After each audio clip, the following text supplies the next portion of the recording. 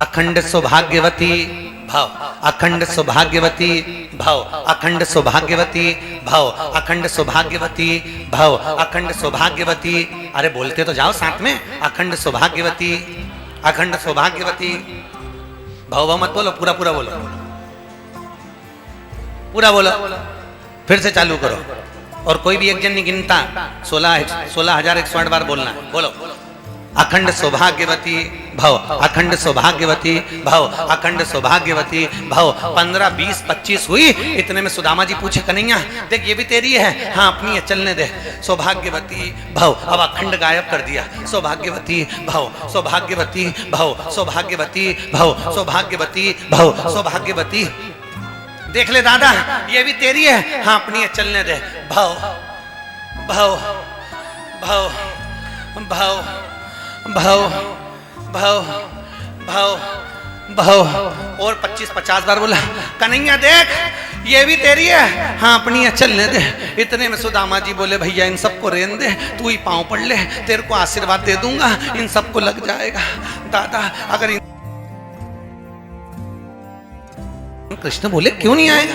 सुदामा जी बोले, भैया पहले ये बताइए घर है कि जिला है? पहले ये बता, इतना बड़ा घर तो मैंने कभी नहीं देखा। सुदामा जी ने पूछा। अब यहां शिव की कथा कर भगवान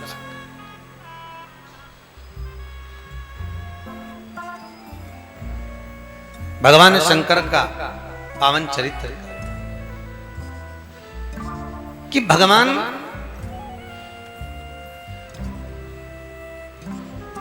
शिव कथा श्रवण करने वाला मोक्ष को पा जाता है, फिर उसका जन्म नहीं होता। और 6 सूत्रों में फिर 5वां सूत्र कहा है महाराज,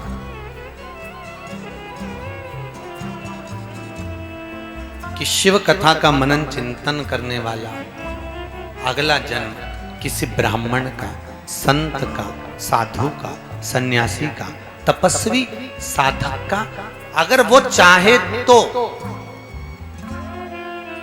उसको प्राप्त हो। और 6वां सूत्र कहा, सुनो देवऋषि नारद, यदि कोई भूल से भी शंकर भगवान के शिवलिंग पर जल समर्पित कर देता है, वो मृत्यु लोक में दूसरी बार जन्म नहीं लेता है। भूल से भी अगर शंकर के ऊपर जल चढ़ा दिया,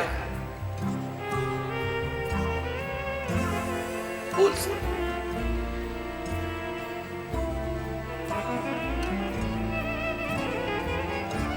बहुत बड़ा शिवलिंग हो। हमने पूछा, भाई इतना बड़ा ठाकुर जी क्यों लेकर आए?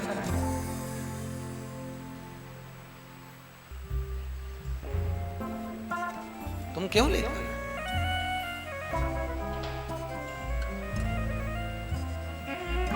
काहे के लिए लाए हो?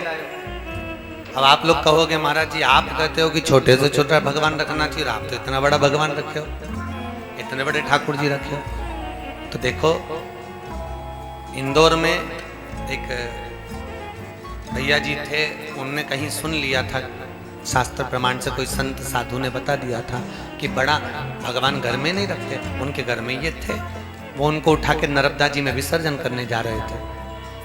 हम नर्मदा का स्नान कर रहे थे, वो नर्मदा जी में छोड़ने ही वाले थे। हमने कहा, भैया इतने बड़े ठाकुर जी को नर्मदा में क्यों छोड़ रहे हो? एक काम करो, आपसे सेवा नहीं बनती, आप हमें दे दो, हम कर। पर निवेदन है, शास्त्र कहता है कि अगर जितने घर में छोटे से छोटा स्वरूप हो, जितना घर में छोटी से छोटी मूर्ति हो, वो उतनी फल देती है। पर बहुओं को सास के हाथ के ठाकुर जी भी निभाते ना, दिक्कत तो वही है। सास का इतना सा ठाकुर जी, सास का जो मूर्ति है, सास के घर में जो पूजा पुरानी विराज रही, उसमें छोटे छोटे भगवान, और बहू को इतने छोटे से भगवान का आंख लगाऊं कि श्रृंगार करूं कि ये करूं, तो वो बेचारी बड़ी लिए। पर ईमानदारी की बात कहना, जितना छोटा बच्चा रहता है उसको कुछ भी खिला दो, पिला दो, उसको कैसे भी कपड़े पहना दो, उसमें वो संतुष्ट रहता है। और जितना बड़ा बच्चा होगा उसकी रुचि से उसको पहनाना पड़ेगा, उसकी रुचि से उसको खिलाना पड़ेगा। उसको डराना। और बार बार भगवान को बदला नहीं जाता महाराज। भगवान अगर सास के हाथ के भी हैं तो उसकी सेवा इतनी भाव से करिए, भले छोटे हैं पर वो आनंद हो। एक नागपुर में हमारे जजमान हैं, लाहौटी परिवार से, उनके यहाँ चोर अंदर घुस गया घर में और वो भगवान के कमरे में घुसा और भगवान के कमरे में चांदी के बर्तन थे, सब ले गया। मूर्ति बड़ी चमक रही थी, उसको लगा सोने की होगी, वो भगवान को भी ले गया चोर। उनके कपड़े की दुकान है नागपुर में, गीता भवन बना हुआ है, गीता आश्रम रेलवे स्टेशन के पास में, उसमें नीचे दुकान है उनके कपड़े की, शायद 8वें या 7वें नंबर की दुकान उनकी। अब कोई नागपुर के बैठे होंगे तो उनको मालूम होगा है, बैठे हो तो ध्यान में होगा। उनके यहाँ पर एक भगवान के घर में चोर घुस गया, भगवान को भी ले गया, चांदी के बर्तन भी ले गया। अब चांदी के बर्तन उसने ठोक मोक के देखे तो चांदी के थे, पर भगवान की मूर्ति सोने की थी नहीं। वो भगवान को दोच के देखा, वहीं पटक के वापिस चले गया थोड़ी दूर। अब भगवान को पटक कर चले गया और पूरा मुंह उनका दोष दिया, मुंह चपटा हो गया। जजमान का फोन आया, गुरुजी आप वृंदावन जाओ तो हमारे लिए कोई लड्डू गोपाल लिया। हमने पूछा क्यों, तुम्हारे यहाँ तो थे। अरे वो चोर घर में आ गया था, भगवान को कूट कर देख लिया उसने, भगवान का पूरा मुंह पिचक गया। और अब हम सेवा कैसे करें, तो हमने कहा माँ एक बात सुनिए, अगर घर के बेटे का कहीं एक्सीडेंट हो जाता, उसका हाथ पैर टूट जाता, तो क्या तुम बेटा बदल लेते? बोलो तो बदल सकते हो? अगर बेटे के हाथ पैर टूट जाएं, किसी का एक्सीडेंट हो जाए, किसी का मुंह हाथ पैर कुछ खराब हो जाए, तो क्या बच्चे को बदला जाता है? नहीं। उसी तरह परमात्मा को बार बार नहीं बदला जाता। ये घर का तुम्हारा लाडला है, इसको बदलना नहीं है। तो क्या मुंह तो उसको आंखें अलग से बना लो, हाथ से बनाओ, नासिका बनाओ, अधर बनाओ और उसकी सेवा करो। आज भी उनके घर में वही की वही सेवा हो रही है, वही की वही। परमात्मा को नहीं बदला। जितना छोटे से छोटा स्वरूप होगा उतना फल देगा। बस इतना याद रखो कि घर में जो मूर्ति होती है वो पोली नहीं होना चाहिए। जिसके घर की मूर्ति पोली होती है, अंदर से खाली होती है, उस घर में कितना भी पैसा जोड़ लो हमेशा खत्म ही होगा। घर में रुपया जुड़ेगा नहीं, घर को वो पोला कर कर रखे। मूर्ति हमेशा ठोस होना चाहिए, भले छोटी हो भले बड़ी हो, मूर्ति की प्रमाण। तो महाराज जी कोई पोली मूर्ति है तो क्या उसको हम हटा दें? नहीं, हटाना नहीं है। उस मूर्ति को ठोस करो, उसमें मेन भर लो, मोम भर लो पिघला के, पर मूर्ति को ठोस कर लो। मूर्ति पोली नहीं। जो घर में मूर्ति पोली होगी वो घर को पोला रखेगी। घर में 10 लोग भी कमाने वाले आएंगे, पैसा जोड़कर लाओगे और मालूम पड़े घर में पैसा टिकेगा नहीं। मूर्ति का पोला, उसके ठोस होगा।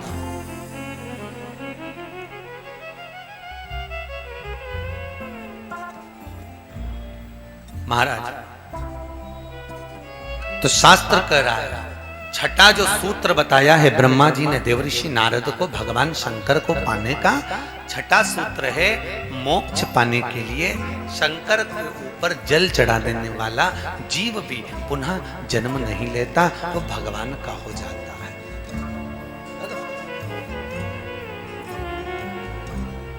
भगवान को समर्पित।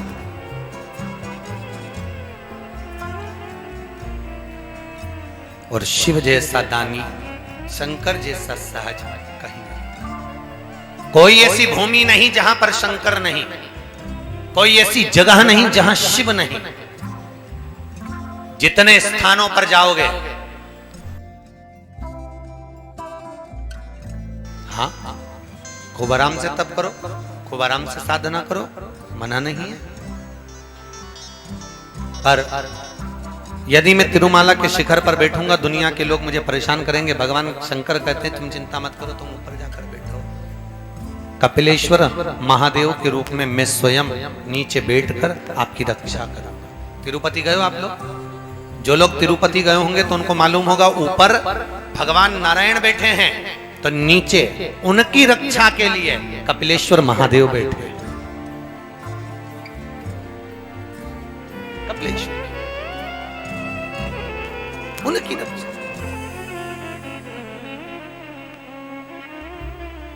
ऐसी कोई भूमि नहीं, ऐसी कोई जगह नहीं जहां पर शिव नहीं, जहां शंकर, हर जगह, हर जगह वही पर विराज, वही बैठा। महाराज भगवान कृष्ण के यहां जब संतान नहीं हुई तब भगवान कृष्ण ने गर्गाचार्य बाबा को बुलाकर पूछा था कि मेरे यहां औलाद कैसे हो, आप बताइए।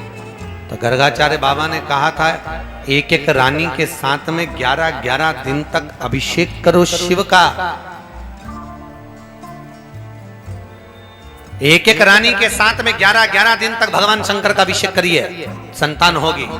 और भगवान शंकर ने भगवान कृष्ण के यहाँ एक एक रानी से 11-11 संतान दिए। राम जी महाराज जब सेतु की चढ़ाई कर रहे थे, लंका पर चढ़ाई करने से पहले, लंका पहुंचने से पहले मेरे राम जी महाराज ने भगवान शंकर का अनुमोदन करा, शंकर का स्मरण करा, क्योंकि उनको मालूम है अगर विजय पाना है तो शिव का होना जरूरी है, शंकर का होना जरूरी है। ऐसी कोई जगह जहां शिव ना हो, सभी जगह तलातल रसातल वायु चर थल चर हर ये बद्रीनारायण भगवान बैठे हैं बद्रीनाथ में। कौन से भगवान बैठे हैं वहां पर? कौन से भगवान है? शंकर जी की नारायण? जम के तो बोलो नारायण।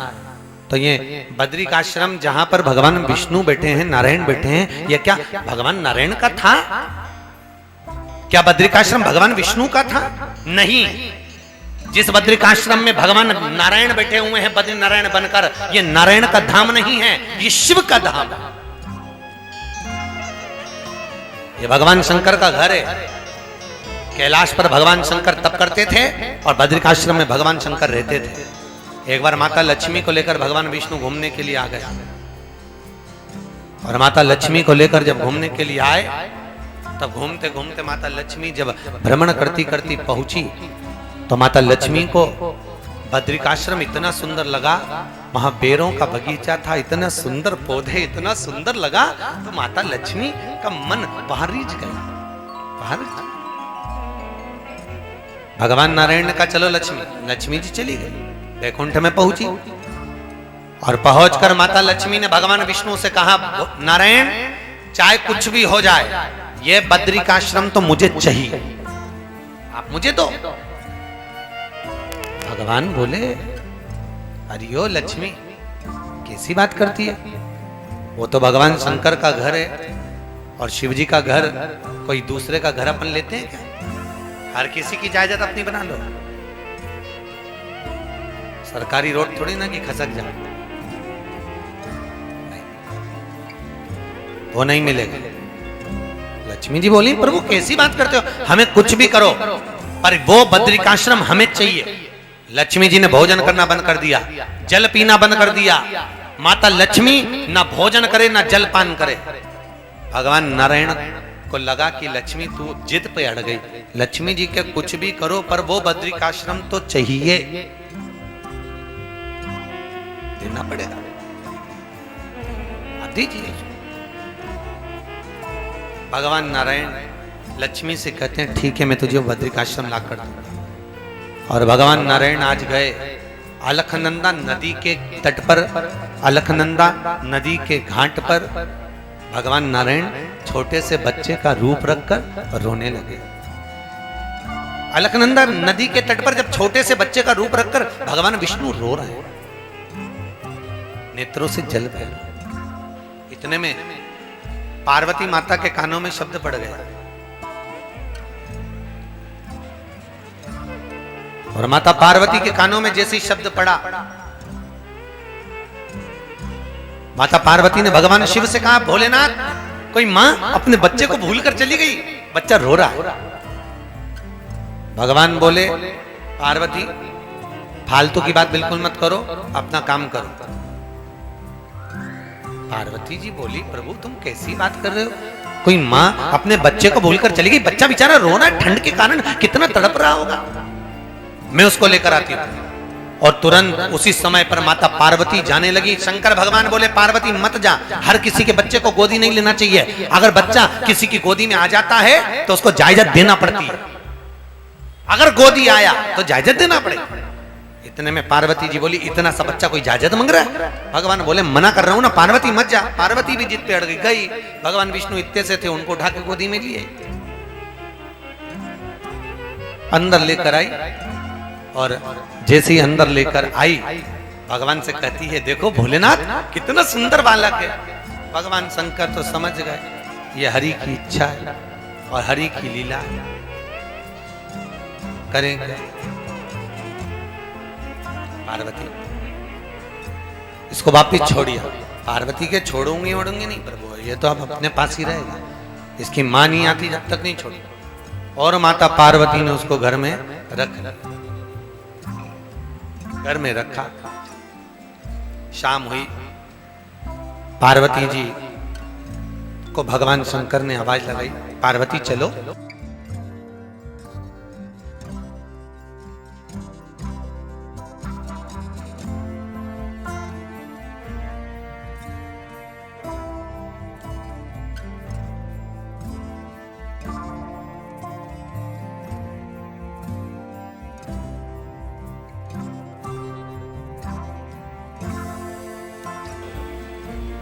भ्रमण का समय हो गया, चलो हमारे साथ घूमने। चलिए चलो प्रभु। 33 करोड़ देवता में केवल एक देव अधिदेव महादेव एक ऐसे हैं जो अपनी धर्मपत्नी पार्वती के साथ प्रतिदिन भ्रमण पे जाते हैं। प्रतिदिन शाम हुई और जो निकले, प्रतिदिन का नियम है इनका। बस रोज शाम के टाइम ये घूमने के लिए जाते हैं रोज। अच्छा, इनको देख के लक्ष्मी जी बड़ी जलती थी। लक्ष्मी जी हमेशा भगवान विष्णु से कहती देखो जरा कुछ शाम हुई और चल दी है, और एक तुम्हें कमाने से फुर्सत नहीं, जिंदगी भर मुझे कहीं लेके नहीं जाते। अच्छा, ये प्रॉब्लम केवल देवताओं की नहीं है, ये तुम्हारे साथ भी। अगर देवरानी को देवर घुमाने ले जाए तो जेठानी का मुंडा तबेले जैसा हो जाए। वो देख लो, वो आए और चल दी है, और एक तुम दिन भर दुकान घर और 5 मिनट की फुर्सत नहीं तुमको कि हमको कहीं ले जाओ। 5 मिनट की फुर्सत नहीं। वो तो भला हो सास का जो काशी लिए सास का भला जो काशी लेके आए। बोलो हर हर तो भला प्रभु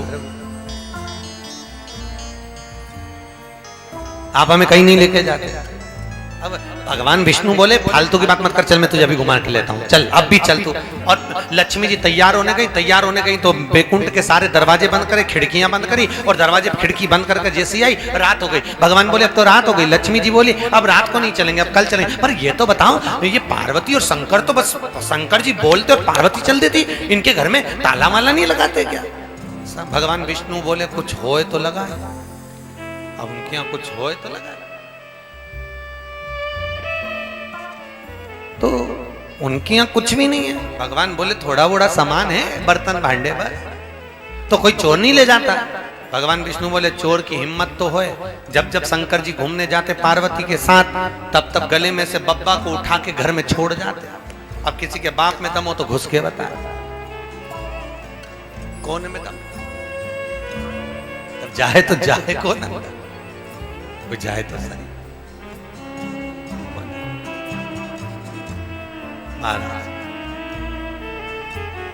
भगवान, अब भगवान शिव ने आवाज लगाई पार्वती को, पार्वती चलो घूमने का टाइम हो गया। पार्वती जाने लगी भगवान विष्णु को लेकर, पार्वती इसको अंदर छोड़ो। भगवान विष्णु को अंदर छोड़ा, दरवाजा बंद करा, कुंडी लगाई और चल दिया। दोनों भ्रमण करके वापिस आए। आते से पार्वती जी ने दरवाजा खोला, दरवाजा खुला नहीं। पार्वती जी ने फिर दरवाजा खोला, नहीं खुला।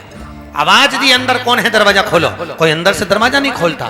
भगवान शंकर से पार्वती ने कहा जरूर अपने घर में कोई प्रवेश कर गया। भगवान बोले दरवाजा खुलवा। पार्वती ने फिर आवाज लगाई, दरवाजा नहीं खुला। इतने में पार्वती को क्रोध आ गया, अगर अंदर से कोई बाहर नहीं निकला, दरवाजा नहीं खुला तो मैं श्राप दे दूंगी। इतने में विष्णु और लक्ष्मी दरवाजा खोल कर खड़े हुए और खड़े होकर बोले, नारायण तुरंत बोले, हे माँ भोलेनाथ, ये घर हमको अच्छा लग रहा है, हमें दे दो।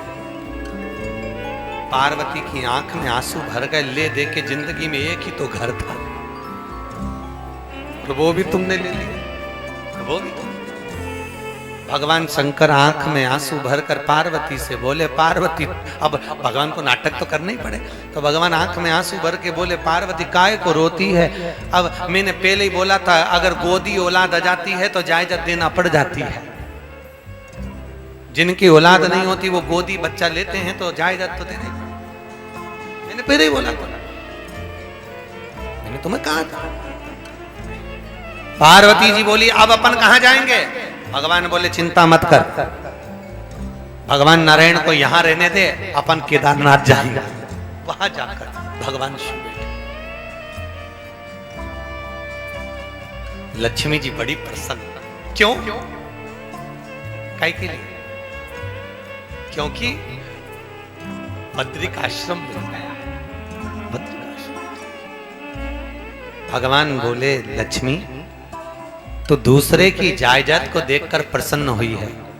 लक्ष्मी, आज के बाद इस बद्रिकाश्रम में मैं तेरे साथ तो नहीं बैठूंगा, इसलिए नारायण अंदर हैं।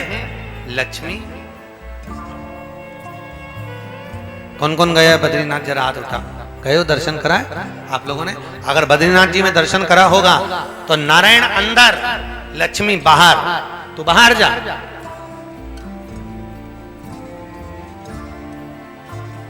मैं तेरे साथ नहीं बैठी, क्योंकि तूने दूसरे की प्रॉपर्टी को अपना बनाने का प्रयास नहीं देना।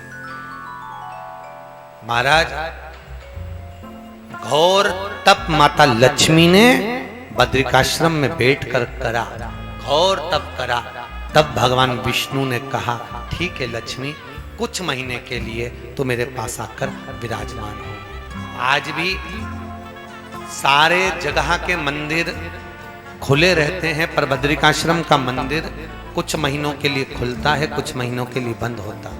जब बंद होता है तब लक्ष्मी जी की मूर्ति को ले जाकर अंदर नारायण के पास में बिठाया जाता है। भगवान विष्णु। तो ऐसी कोई जगह, ऐसा कोई स्थान जहां पर भगवान शिव ना हो, वो स्थान हो ही नहीं सकता। तेरी कृपा बिना न हिले एक भी अणु, लेते हैं श्वास तेरी कृपा से तनु तनु। हर जगह। इसीलिए शास्त्र कहता है महाराज,